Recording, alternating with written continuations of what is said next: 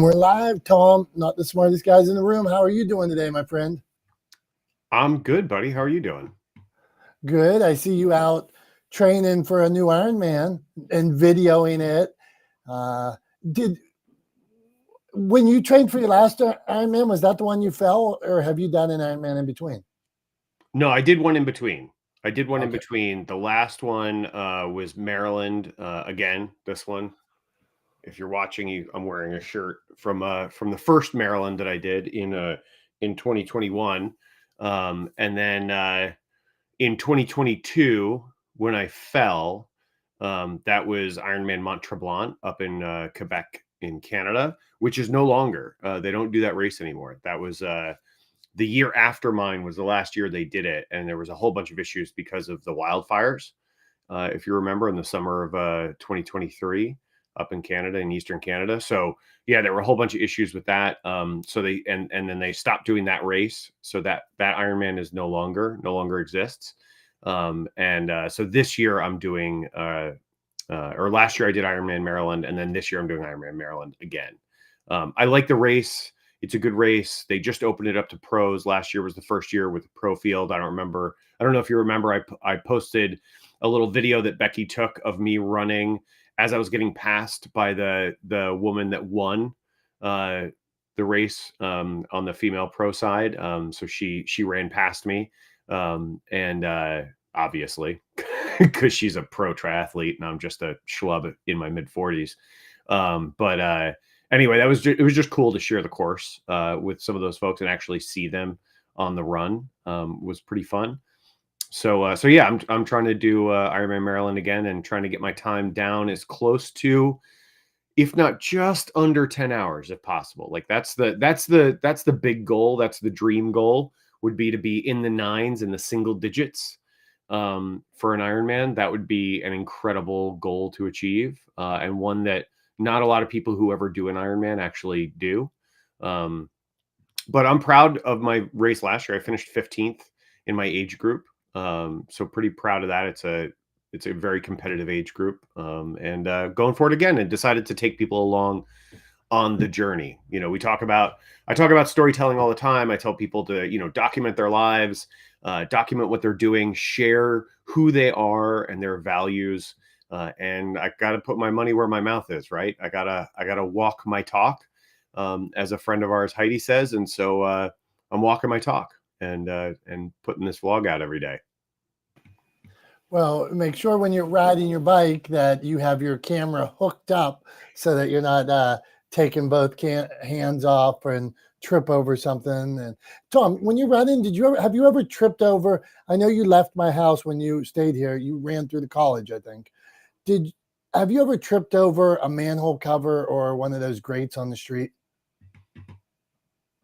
I don't think I have. I'm gonna just, knock on some wood as I say that. Like, and my desk, for the record, my desk is actually an old desk that I inherited from my dad's former law partner. So it's made of real wood. And I'm gonna go ahead and knock on my desk, which is made of real wood.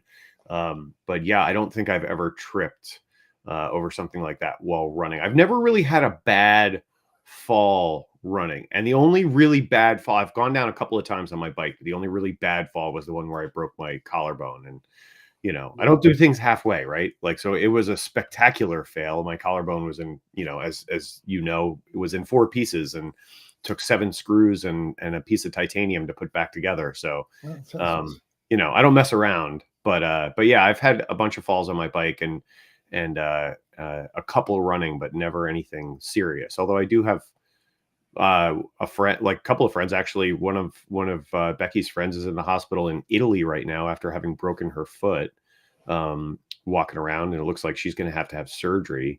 And another friend of ours broke her foot stepping in a pothole, broke her ankle stepping in a pothole. So you never know. True. That's true. I asked you that because one day running through that college, I used to run in the morning and I carried a baseball bat sometimes to like keep animals away or anything weird.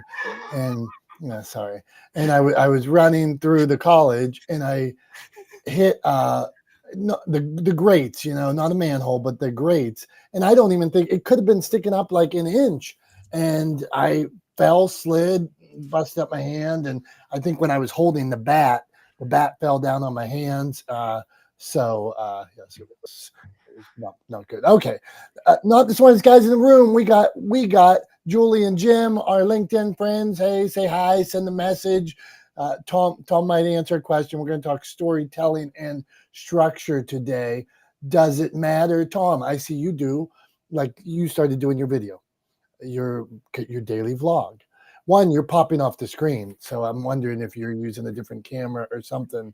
It was, you really looked clear. You really looked clear in the thing. It was popping. The colors were good. But tell me, let's talk structure. If I do a minute video, does there need to be structure? I watch some videos. We'll go video first here. I watch some videos and they're 6 minutes. Some videos are 3. I struggle. I want, like me, I got a minute, man. I'm like minute, 2 minutes. Okay. I know minute, 2 minutes, I'm in. A 6-minute video, if I don't know how long your video are usually, and then I'll look like I'm listening to video. I'm like, yeah, this is pretty good. And then I'll stop it and look and see like the timeline. And I'm like, shit, this is 6 minutes. I only got 2 minutes. Okay, I'm out. So does it matter in video? Like matter in short form video? Does it always matter? Yeah, I mean, structure is super important, right? And I think one of the things you want to do with structure is you want to give the audience, you want to set expectations for the audience, right? That's what's one of the things that's most valuable about creating a structure. And actually, to this point, right? I mean, this is a video and audio show that we do every week. This live stream, not the smartest guys in the room, right? Hoping some of the brilliant people who are watching on LinkedIn right now will jump in and ask some questions and add to the discussion here with us. But one of the things that's super important is setting those expectations for your audience. And so, like, I just start every vlog video that I do the same way. Like, formatting wise, they're relatively similar. They're almost always outside, right? Most of them are me kind of walking down the street and talking, right? They're simple walk and talks. I try to keep them 60 seconds or less. Sometimes they go to about 90 seconds, depending, but 90 seconds is sort of like the max that I'll do for those. And then the other thing is I start everyone the same way, right? Ironman training. I've been saying for the first couple, I've been saying 2024, just so people are clear that they're not like in an old video series or something. So it's just Ironman training 2024 day, whatever. Today will be day 3, right? So it's very straightforward. It's very simple. And so immediately in the first couple of seconds, you know exactly what you're watching, right? You know that you're watching like a video where I'm recapping or talking about my training. It's in that first sentence. So right away, I'm letting you know what's happening. And then I talk a little bit about my training, my experience, what's working, what's not working, what's positive, what's negative, what I'm struggling with, what I'm finding, joy in, whatever the case may be that day. So that's what my expectations are, what my goals are, all those kinds of things. So I talk about a bunch of different stuff, but very quickly in the video, I set expectations for the audience. And that's one of the things that formatting can really do. And we've created a format for this, right? So, we're going to try to follow that format, what I call, using some of my old industry terms from TV, a show clock. But we're going to try to follow it this week and see how we can do. But that's what, that's the value in using structure to tell your stories and communicate with folks. And you're familiar with this from publishing, right? I mean, like, a book without structure, you might as well just, you might as well just leave it as a file on your computer, right? Yeah. And I this is every day, especially, and I'm in nonfiction primarily. So the genre of business books, and you wrote a business book. Your business book, each chapter can pretty much stand alone. It is part of a bigger whole. You could teach a course on each chapter. You could talk about each chapter, but they're part of a bigger mission. So that is what's expected. In each chapter, there might be an intro. There might be a takeaway. There might be lessons. There might be keys, principles, takeaways. All those things are expected. So when you read those kind of books on an airplane, I'm at the mall reading your book. I'm in the car waiting for my kid. I know I can pick up your book. I can go to chapter 13, back to front. I might not remember where I was the last time. I can pick it up. I can read and get something of value in a short period of time.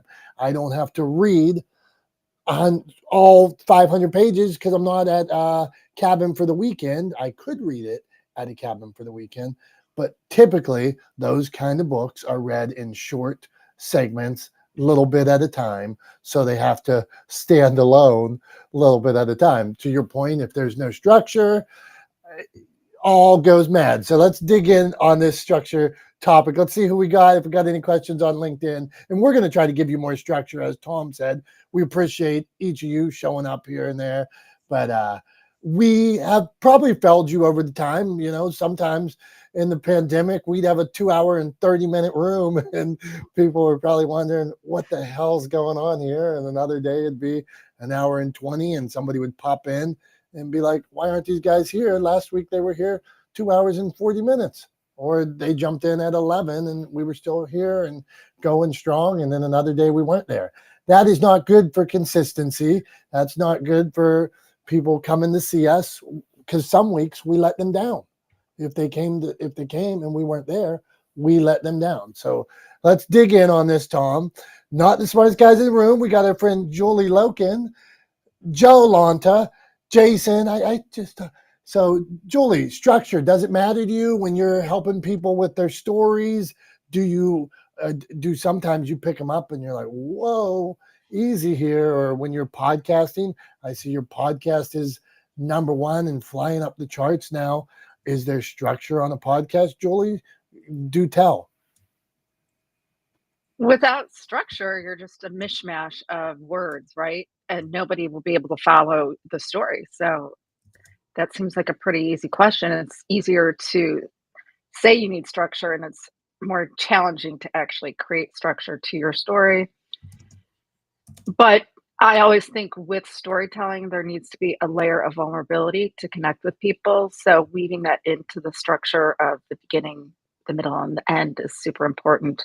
And understand your hero's journey. What have you done when you came back from the woods, so to speak, that can change other people's lives? And to be very clear, transparent in your story and journey so other people will connect. Because without a story, you're just talking off the top of your head and you're just promoting yourself, if you will. So there needs to be that layer of vulnerability in that structure. And guys, invite your friends here to this room on Clubhouse.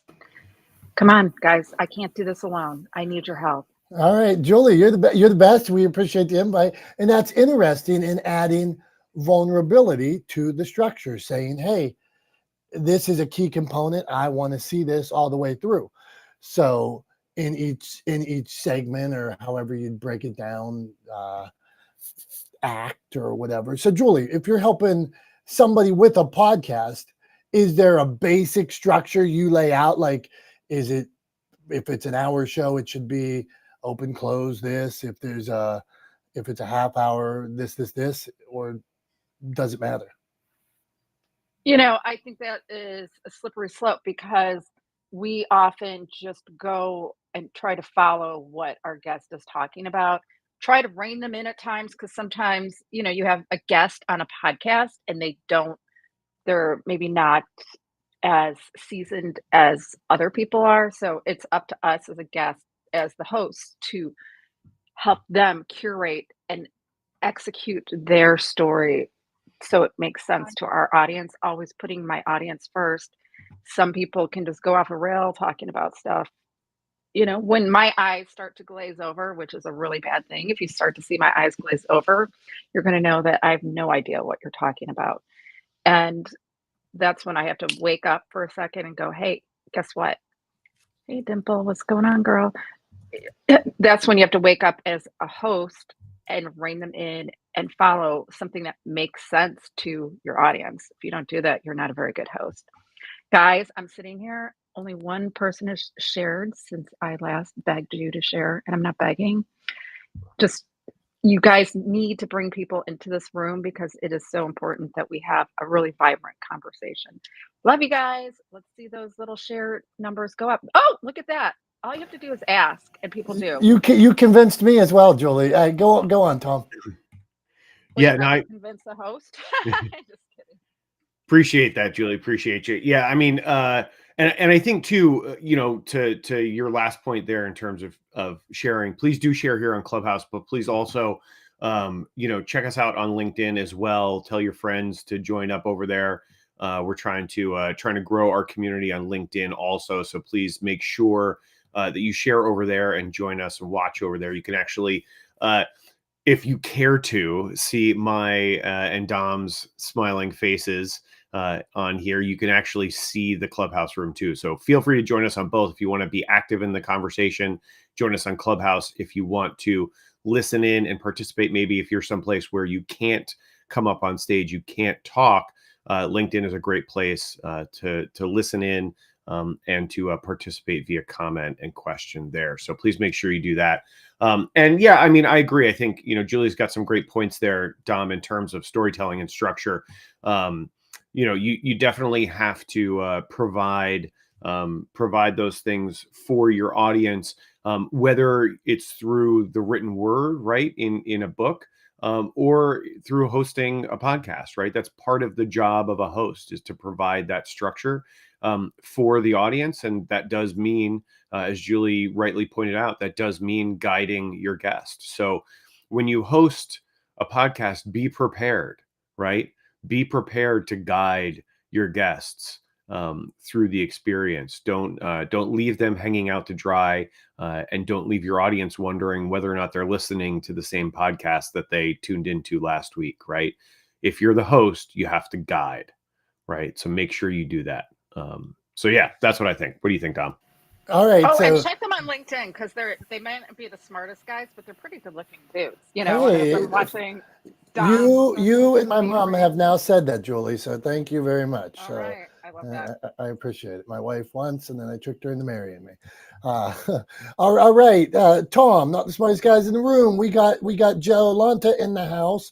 So she says when we said about structure, she was laughing.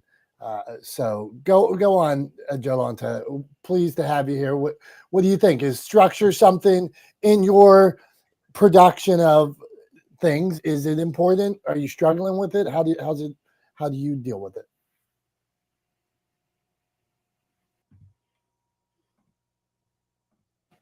I see you. I see you. I don't hear you. That is interesting.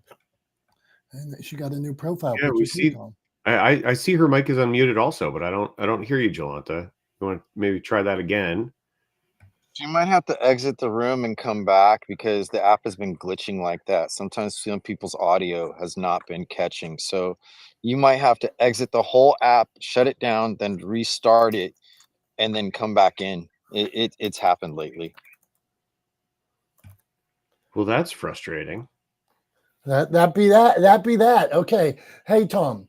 So I wanted to tell you, when we do our show Bikes and Hikes, when we go into structure, every show starts with you are in the middle of the show. Like you see at some event. So me and my buddy go out bike and hike all around Westmoreland County or the Western PA and surrounding places. And we explore on and off. So we explore on and off the trails. That's what the show's about. You will see us exploring on and off the trails. We say that in the intro, but it starts, there's about a minute of us out exploring, whatever that is. You might start to see something.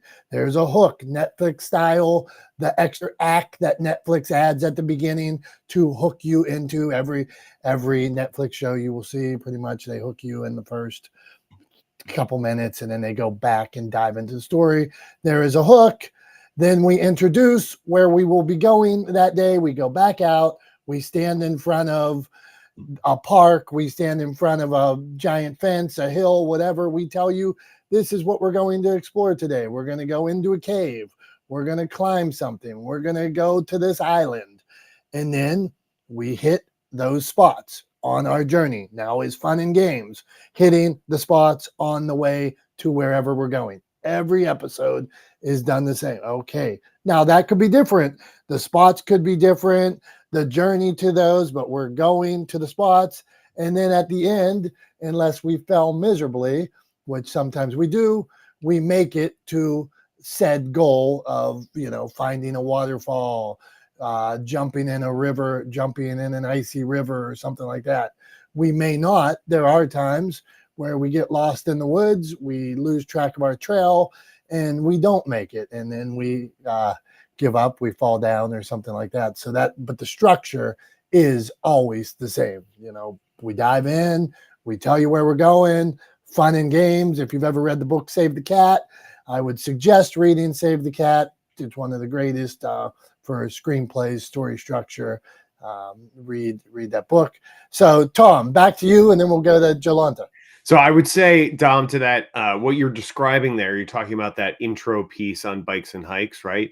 That's in the industry, that's what we would call a pre-title tease or a cold open, right? So it's the same for every episode, and it gives sort of, it's a bit of a microcosm of what you guys do, right? It's sort of like if you took a full episode and condensed it down into like 60 seconds, right? That's what that cold open is. And the idea behind it, and the reason why often it's used for shows, or that title sequence is used, is that it gives you a sense of what to expect for the rest of the show, right? It gives you a little bit of flavor of what's going to come. And so it makes you, if that's something you're interested in, makes you want to stick around for the rest of the show. But yeah, it's generally called a cold open or a pre-title tease is usually what we call those in the biz, if I'm going to be a jerk and use a ridiculous, like sort of almost 80s pseudo snobby way to say that, in the biz, we call it a pre-title tease or a cold open. Well, Tom, I've heard that term cold open. I've never used it, so it is good to know. I hear on Saturday Night Live sometimes they were like, oh, they cold open today or whatever. And I'm like, oh, whatever the hell that meant. So now that you have made me seem a little bit smarter, and now my structure of that show makes a little more sense. Okay, go on, Tom. Where are we at next? I think we're going to give Jolanta a chance to weigh in. Let's see if the app is playing nice with her here on Clubhouse, and if it's going to let her speak. Jolanta, give it a go. What are your thoughts? Storytelling, structure. Hey guys, good morning. Does that work? Hello. We got you loud and clear. Perfect. Well, first things, Jason, I figured the app would catch up to me at some point with everybody glitching yesterday in certain rooms. So, yay. Thanks, Clubhouse, as always. Well, I wanted to agree with what Julie was talking about as far as structure and organization goes, because when you have guests that come on your show, I've really learned this. You want to have like questions pre-hand. I don't know if you guys do this with your guests, but especially if I've had a celebrity guest that came on and they wanted to see, well, hey, I want to know what type of topic you're talking about on your podcast. Can you send me some questions, and can you let me know what your script looks like? Or, well, I call it a script, but I like to have structure. In the early portion of the show, I might have a few drafts. It's just like writing a speech for me. So I'll have a couple of drafts before I even have something finalized. And if the guest wanted to add in something to it, I would definitely include their input, because you could speak off the cuff with the guest, or you could riff off whatever you're talking about. But I like to make sure that I'll say, hey, is this okay? Do you approve with this? Would your agent go over that? So it's not often I have guest celebrity speakers, but from time to time I would. And that's kind of how, like, media training. I don't know if you guys go through that, but that's kind of how I see it as when it comes to structure. I like to have the opening, the middle, and then the conclusion of how to get your followers to follow you, or what's your biggest closing question of the day? Like what do you want them to do at the end? Do you have a call to action? So I'll throw it back over to you guys. Thanks, Tom. Thanks, Jolanta. Glad we were able to get that working so we could hear from you, and thanks for sharing your thoughts on how you use structure in your work and in podcasting to help your guests create better relationships with the audience. Love that. Let's go to Jason next. Jason, what do you think? What are your thoughts on structure and storytelling specifically, and how do you use structure in your content or in your rooms here on Clubhouse? There's a couple things. You know, structure is, just imagine it's your house, and how people want to come in and enjoy your house, your discussion, your talk. You know, nothing gets done. Your home is not valuable until you enjoy it first, right? So your walls, your structure, what is your topic, your question that gets people interested in what interests them. So, for me, I'm formulating my structure right now as I'm working on a lot of things, but the passion interest right now is to create Jason Barajas experience, or Jason Barajas, in the podcast that I'm working on. So, laying that foundation and then having people who can help you get to the destination you really want to be in, and not what you not want to be in. Because, and I said this in another room, nobody cares about what you don't care about, but they're interested in what you do care about that interests them, where they either can serve you or where they benefit. So trust people to serve themselves what they're interested in. When you show an interest, when I come in, not the smartest guys, I come in with a very just open mind. First, allow me to clear my state of being. What can I learn? And sometimes I'm not learning anything. Sometimes I'm just here for the ride. There's times where I don't want to talk. There's times where I want to. So when I create the structure of my attendance, whether it be my room or the room I come in here, where does the flow? What are they talking about? Can I assist them to get there? And when I exit, what were my takeaways? So that could be a structure. So it's like who you relate to comes back to, that serves.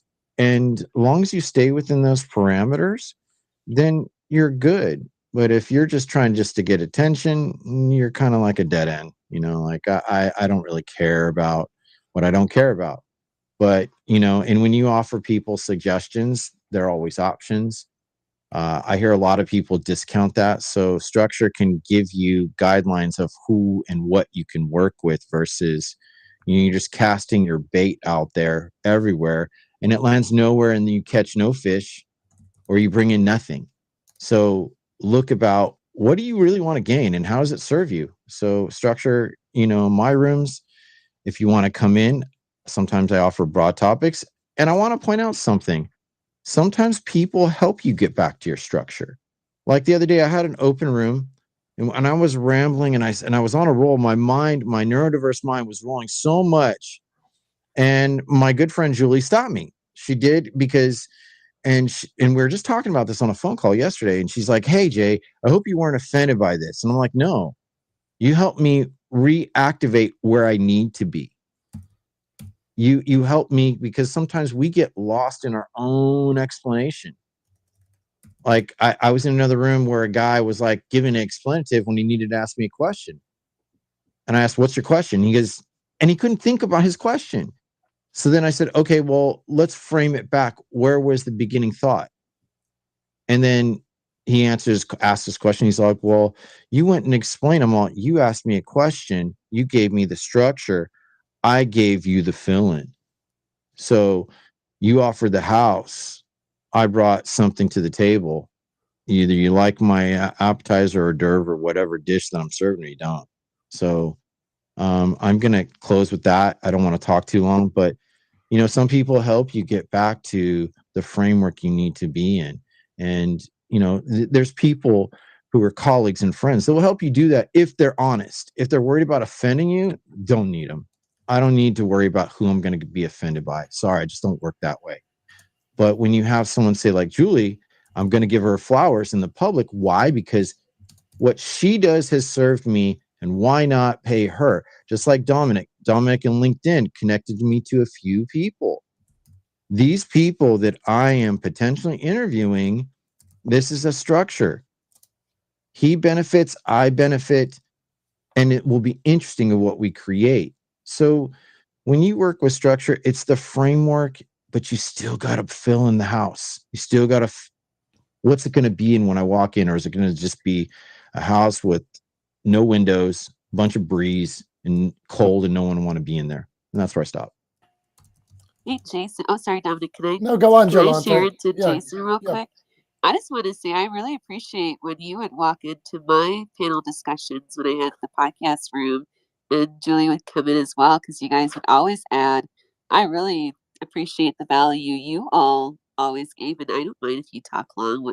Who cares? I mean, it's Clubhouse. People talk on forever sometimes in this app. So I just wanted to tell you thank you for all of your tips and advice you've often given. And you're right. I think sometimes we just need to recalibrate our thoughts, and because we're so excited to start something new, right? But we just forget off track what we're talking about, and that's human. That's Right. what we do.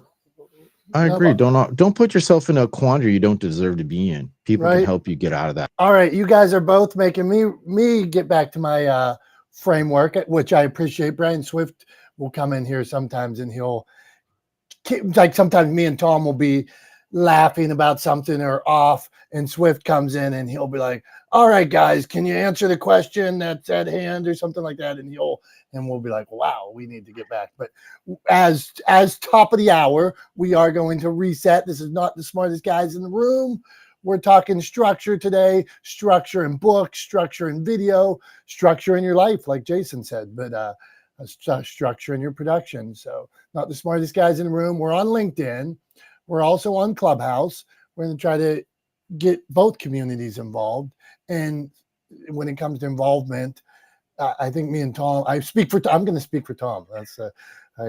We appreciate each of you for checking us out over the years. If today's the first time you checked us out, thank you for coming in, for adding to the topics. If it would be me and Tom meandering about our bike rides and our falls and things like that for 2 hours or arguing about our thoughts on things if it wasn't for each of you. So we appreciate you, and it doesn't happen we don't have a room. We don't have a community without you deciding to take 10 minutes, 5 minutes, an hour, those 2 hour and 40-minute rooms back in the day. Tom, what do you got? Am I right on here? Yeah, absolutely, man. And I think we've been live streaming this for, God, I think it's going on like 2 years now. We've been doing this live stream thing. It's definitely been over a year. We've been doing this live stream thing around the internet, live streaming it on Facebook and LinkedIn and all of that stuff, trying to take this Clubhouse room and kind of broaden the community. And we're making a concerted effort now, which is like better late than never, right? But trying to add structure and make a concerted effort to help grow this community, specifically on LinkedIn, because I think for Dom and I both, we see a lot of value for our communities on LinkedIn, for the people that we're connected to on LinkedIn, to not just listen to this show, right? Not just listen to Not the Smartest Guys in the Room, but to actively participate and be a part of the community there. So if you're listening on LinkedIn, if you're watching on LinkedIn, please feel free to jump in the comments. Feel free to share your thoughts, ask a question. We're happy to answer them. And for the sake of transparency, and to act, kind of as an example, again, like I was saying earlier, walk our talk. I'll tell you exactly what we came up with for a structure for this show. So we're going to try to keep things to about an hour going forward, right? We've, as Dom alluded to, we've occasionally meandered for extended periods of time on Clubhouse and even in live streams. And we're trying to rein that in a little bit by adding some structure. So we're starting off with 5 minutes of just kind of intro at the top of the show, right? We're going to do our takes on whatever the topic is that we're talking about this week. So we're actually going to pick a topic in advance and talk about it for a couple of minutes and give our takes. Then we're going to start giving people the opportunity on Clubhouse and beyond to share their thoughts and ask their questions for about 20 minutes. Then around 10 o'clock, as we did today, we're going to do kind of a reset and share some gratitude with everybody who's here and for being a part of this community. And then we'll go around the room again, giving people a last chance to kind of chime in, or people that we didn't get to yet. For example, Dimple, we'll go to you next. Give you a chance to chime in on your thoughts on storytelling and structure and the importance of both. We'll do our show and tell, right? And then we'll wrap it up. So that's kind of how we're going to spend the hour every week with you guys. And I wanted to run through that. We broke it down by minutes for each kind of section of this show, so that we would have a clear structure to reference and be able to follow going forward. So every week when people come in here to join us at Not the Smartest Guys in the Room, you'll know exactly what to expect, right? And hopefully over time that'll build trust, just like it's built trust with so many of you who join us here on Clubhouse every week and have been doing so for a long time. So that's the goal. That's the idea behind it. That's what we're doing here. We appreciate all of you. And now, without further ado, Dimple, what are your thoughts on storytelling and structure? How do you use it to connect with your audience? Yeah, thanks, Dominic. Storytelling is so important, whether you're giving a TEDx speech or you are doing your podcast show or even, trying to demonstrate or teach something in a YouTube video or even like short form content like reels. Like storytelling is one thing that actually captivates the audience and mesmerizes them and draws them in to pay attention. And when you're creating content, the whole point of creating content is to get someone's attention so that they are interested enough to listen to the entire episode or to watch the entire video or to watch the entire reel. So storytelling is really something that keeps people, actively engaged because they want to know, well, what happens next? It's like the cliffhanger. So they're going to be curious to be like, well, how does this story end or what happened? And when you tell a story, people are paying more active attention instead of just, oh, yeah, I'm kind of halfway listening, halfway not. So I think that's the big distinction when you have storytelling. As far as the format, I think I've tried many different formats when it comes to podcasting. But when you are not familiar with what the other person does, or you're not familiar with a specific topic you're going to talk about, it always helps to do your research and have an outline and have potential questions you want to ask. But if it's something that you're really well versed in, I don't really like to go by outlines and things like that. I literally just like to talk as if I'm talking to a friend. So I think it really depends on the scenario. Also, if you're a beginning podcaster where you're not as experienced yet, it makes sense to, have like a structure and an outline so that you can stay focused. But if you've been podcasting for a while, you may not need one. Those are my thoughts. Thanks. Dimple, so just answer me this, because this is something that's bugging me. What do you think about somebody that comes on video and does 6 minutes, 30 minutes, 10 minutes? Can you do that? Or is that like, am I in the wrong here that I'm turned off by this? Because I want to know what to expect. So like if I go on TikTok or Reels, it's going to be a minute, right? It's going to be a minute. It's going to be 15 seconds. I'm investing less than a minute at that time. I know it. So some people, they'll share video that's 6 minutes, 13 minutes. What do you think about that? Am I oversensitive about this, or what's your thoughts? So I'm going to throw a question back at you. So are you saying you're sensitive about it? Why? Because to you it's too long or it's too lengthy? Like, what is your thought process? Well, I'm going to go right with the structure here that I don't know. I clean my language up. I don't know what's going on. So same with like when I, like as a publisher of books, I want the strongest intro. I love a good intro. Make me cry, or I want to know exactly what's going on in this book. So I know you're going to take me through the 3 phases of life and touch on this, this, and this. And I'm going to give you these points that change your life on how to record yourself on voice, or how to fish, how to properly catch a bass. So now all of a sudden I listen and I jump into this. It's going 16 minutes. It's going 6 minutes. I don't know what's going on. and I wait and I wait and I wait, and I just, that's why I'm sensitive to it. I feel like my time is being, because there's no, maybe it's meandering. I feel like I don't know where this is going. Are you getting me somewhere? You haven't laid it out, and now I'm invested. Yeah, I'm invested and I'm angry. Go on. I gotcha. I think that's, if you're feeling that way, that's because the creator of the video has not done a good job of actually giving you right away, what are you going to learn from watching this whole video? Like, what's in it for them? And if they don't know what's in it for them, why should they watch? And then they're thinking, are you just like talking to talk, or is there going to be, are there going to be some value bombs in here? Are there going to be some takeaways that I can do stuff with? So I think it's about like them setting the stage from the beginning of, well, why you should stay till the end and what are they going to learn in this video. And when you do that, people are like, oh yeah, this video is for me or it's not for me. So then they don't have to spend 6 to 10 minutes watching something. They're like, oh, that's a waste of my time.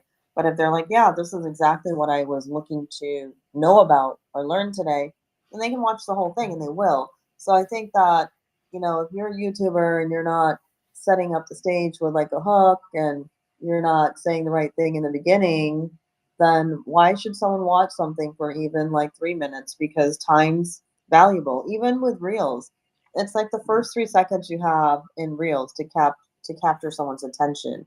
So if you don't do that, people are not going to listen. They're going to say, hey, I don't have time for this. I'm going to keep scrolling. And that's because there's so much content out there and so much information. People have choices. They don't have to like waste their time watching a channel they don't like or listening to someone they don't enjoy.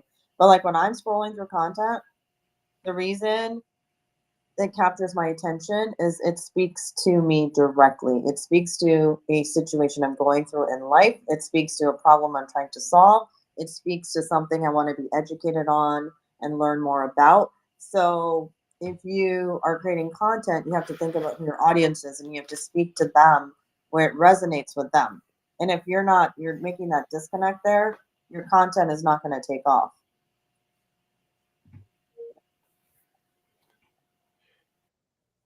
Yeah, I mean, I think, Dimple, thanks for that. I think one of the things I would push back a little bit on is, you know, when you start talking about like hooks and the first 3 seconds and stuff, I think there's a little bit of cart before the horse there going on, in that the hook doesn't really matter if people don't know what to expect, right? If people don't know what they're getting, because there is no format, right? So when I talk about format, I'm talking about literally like when you watch a television show, right? Like any of your favorite shows, right? And when I say television, I'm including streamers, right? Whatever your favorite show is, right?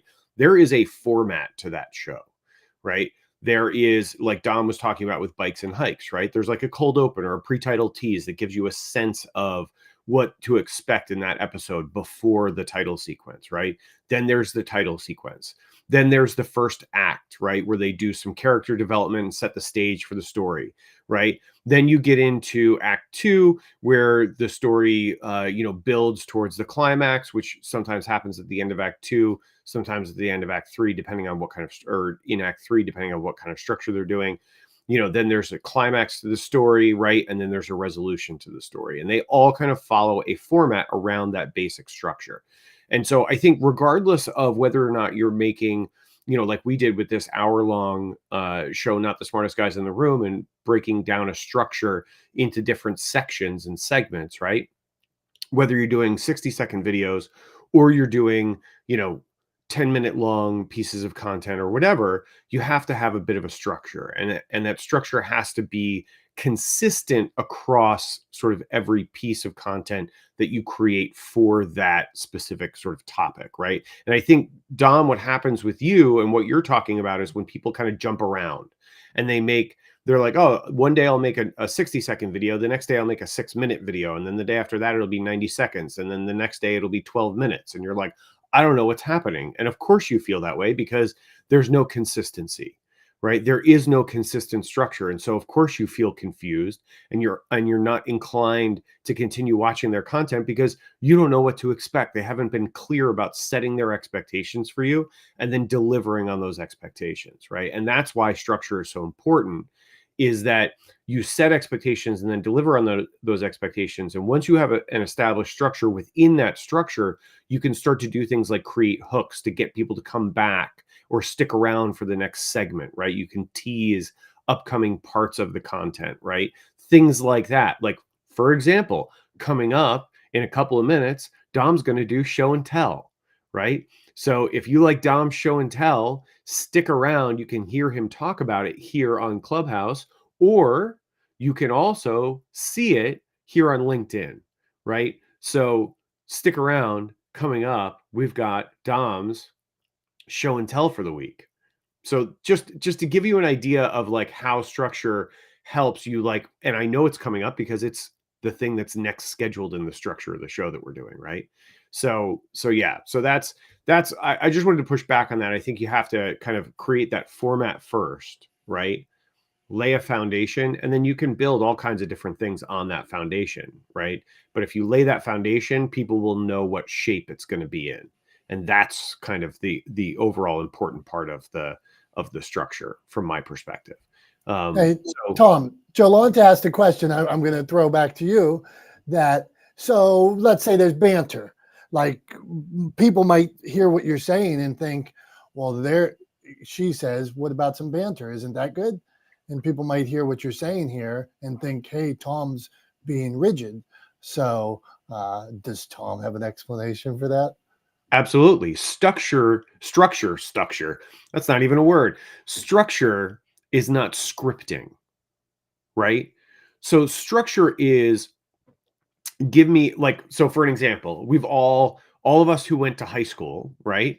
Or, got an assignment at some point, give me a paper, right? However many words, 1,000 words on Romeo and Juliet, examining the allegories of the relationship between the Capulets and the Montagues, right? Like, so, I mean, I don't know, I'm just making that up. But anyway, but like we've all been given an assignment, right? That creates a framework, and then everybody writes a different paper within that framework, right? Nobody's, unless they're plagiarizing each other, in which case they get in trouble, right? Because plagiarism is not good. But everybody's paper is different because you're given a framework within which to create the paper, right? And that's kind of what I'm talking about here, is I'm talking about creating a structure within which to create the program. So it's not about strict adherence, right? You can say, let's do, let's do show and tell, right? Which is what we're about to do. I have no idea what Dom's going to pull out. It's not scripted. It's not overly structured. It's just that at about this time in the show, we're going to go to Dom's show and tell. And just like the rest of you, I have no idea what he's going to pull out. And that's okay.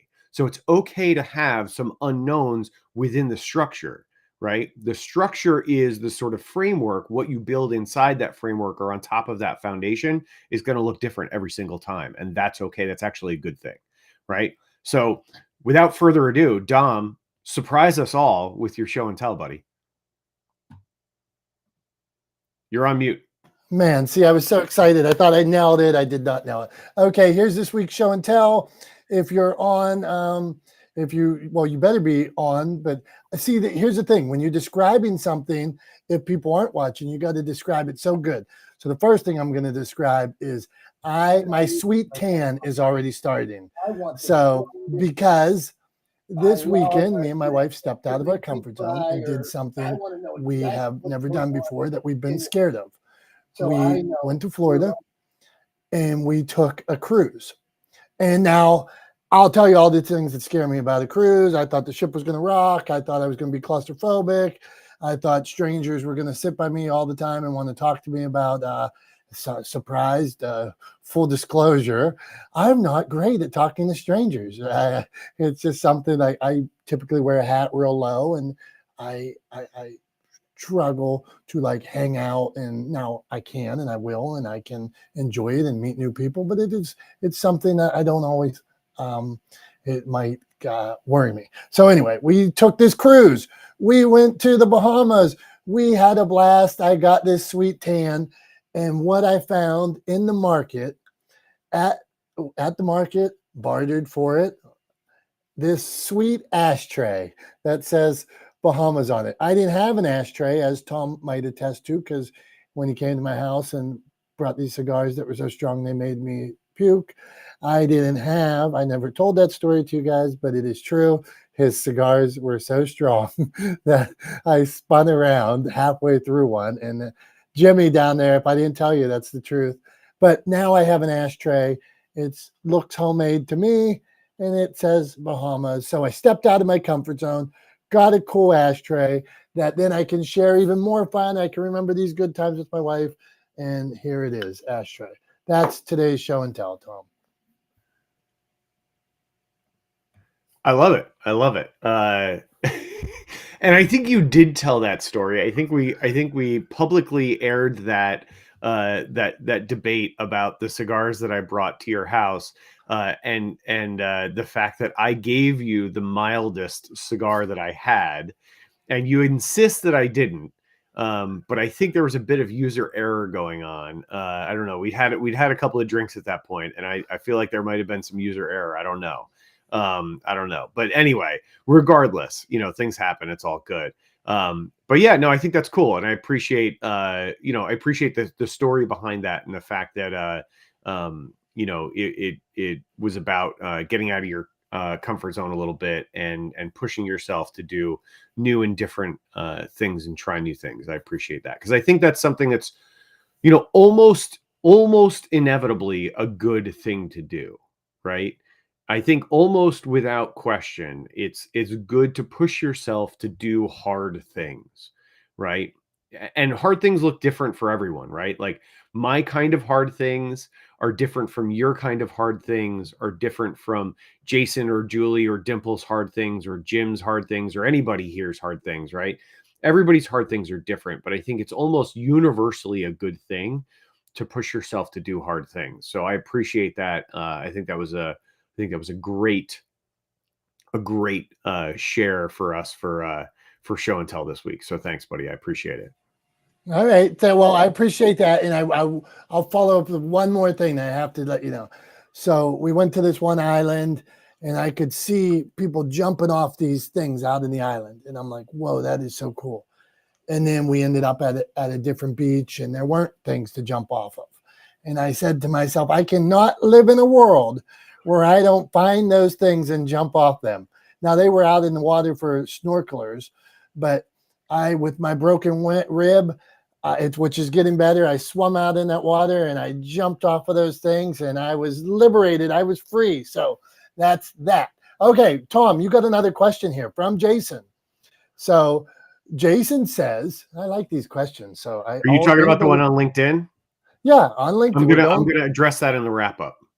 Oh, you're going to address it? I already saw it. I'm going to address it in the wrap up. Okay. All right. So go. I'm on it. I'm on it, buddy. I saw Jason's question, and yeah, I'm going to talk about that in the wrap up.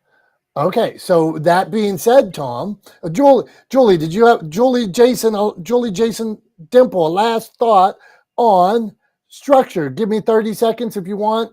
Dimple, Julie, I'll just flash in order here. Anybody a last thought on structure? And then we're going to Tom for a wrap up if he's gloriously ready for that. All right, Tom. So I'm giving these. Okay, Jason must want your question. Dimple must want your question. So, and your answer to Jason's question that was on LinkedIn. So back here, Jimmy, Stephanie, Samir, Brandon, Lois, Amanda, thank you for being here. Heather, nice to see you again. All right, Tom, you're going to answer this question. So go on. Yeah, absolutely. Thanks, Dom. I appreciate it. And once again, just want to say to everybody, as we wrap up here today, thanks again for being here.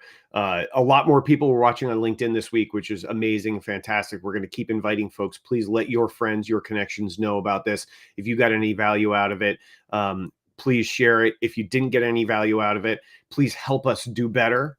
Right? Give us comments, suggestions, topics you want to hear us talk about, or include, or get more information on, so that we can help you. That's the whole idea here, is to not be the smartest guys in the room, to get a bunch of brilliant people together, so we can help solve problems for each other. Right? So that's what we want to do. And we love We love having you guys here and appreciate you so much. The question that Jason asked on LinkedIn, and I appreciate you for posting the question there, Jason, and for jumping on LinkedIn and commenting there. Thank you for that.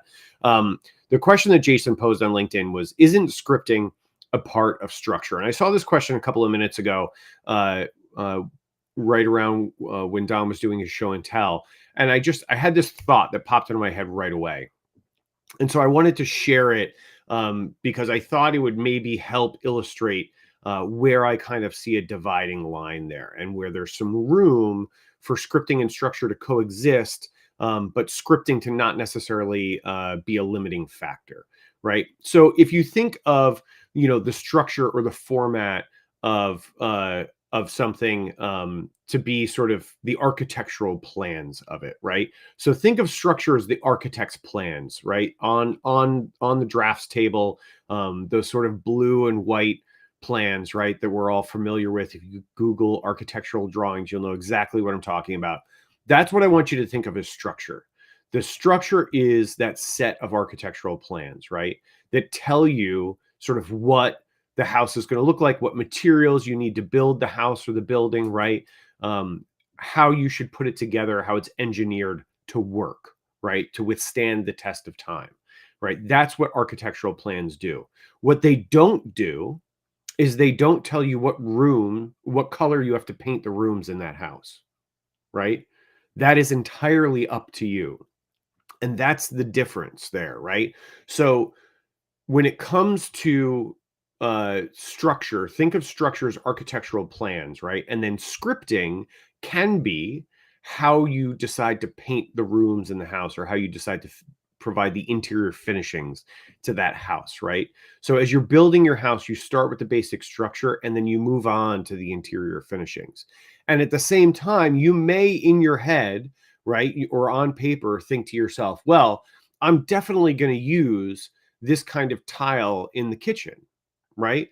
But then the day may come to actually buy the tile and get ready to put the tile down in the kitchen, and that tile might not be available anymore, right? Or it might now be out of your budget because the pricing has changed on it, right? Or somebody might have suggested that actually hardwood floors in a kitchen are a great idea, and you decide to go that route instead, right? So you have to be willing to adapt and change the script, especially in a format like a podcast or a format like this, so that it always kind of makes sense. But whether you put tile in the kitchen or hardwood in the kitchen, right, or linoleum or vinyl planking or whatever flooring you put in the kitchen, it's still a kitchen, right? So the structures, the architectural plans, right? And then the finishes are the sort of the scripting that you do. That's where you decide what it's going to look like on the inside. Okay. So just kind of try to think of it that way. So it can be a part of structure scripting, but it doesn't have to be a part of structure. You can just say, this is going to be a kitchen, and then decide how it's going to look, what color to paint it, what flooring to use, what kind of cabinets you want, all of those kind of things in the moment, right? As you walk into the space for the first time, it doesn't have to be decided in advance. So that's kind of where I would draw the line and how I like to think about it. So I hope that helps anybody and everybody. Jason, I hope that helps you in your thinking about scripting and structure and how they work together, but they're not necessarily codependent, right? You don't have to have a script if you have a structure, right? Structure comes first, though. Structure is kind of the most important part, especially when it comes to storytelling. And I just saw Jason said absolutely. So thanks, Jason. I'm glad that helped. I appreciate you being here as always. Thanks again to everybody who was here with us today, whether you're on Clubhouse or LinkedIn or anywhere else on the internet watching us. We appreciate all of you always and forever. Thanks so much for being a part of Not the Smartest Guys in the Room. Thanks for sharing about your experiences in the Bahamas and your ashtray purchasing journey. Dom, we appreciate you. And just wanted to say thanks again. Hope everybody likes this new format that we're employing, the structure that we've applied to Not the Smartest Guys in the Room. We'll keep it up so you guys know what to expect every week at 9:30 a.m. when you come visit us here. 9:30 a.m. Eastern time, I should say. Eastern Standard Time is when we're here. Thanks very much. We appreciate you guys. And until next Wednesday, I'm Tom for Dom. And this is Not the Smartest Guys in the Room. We'll see you guys then. Love you. Bye-bye.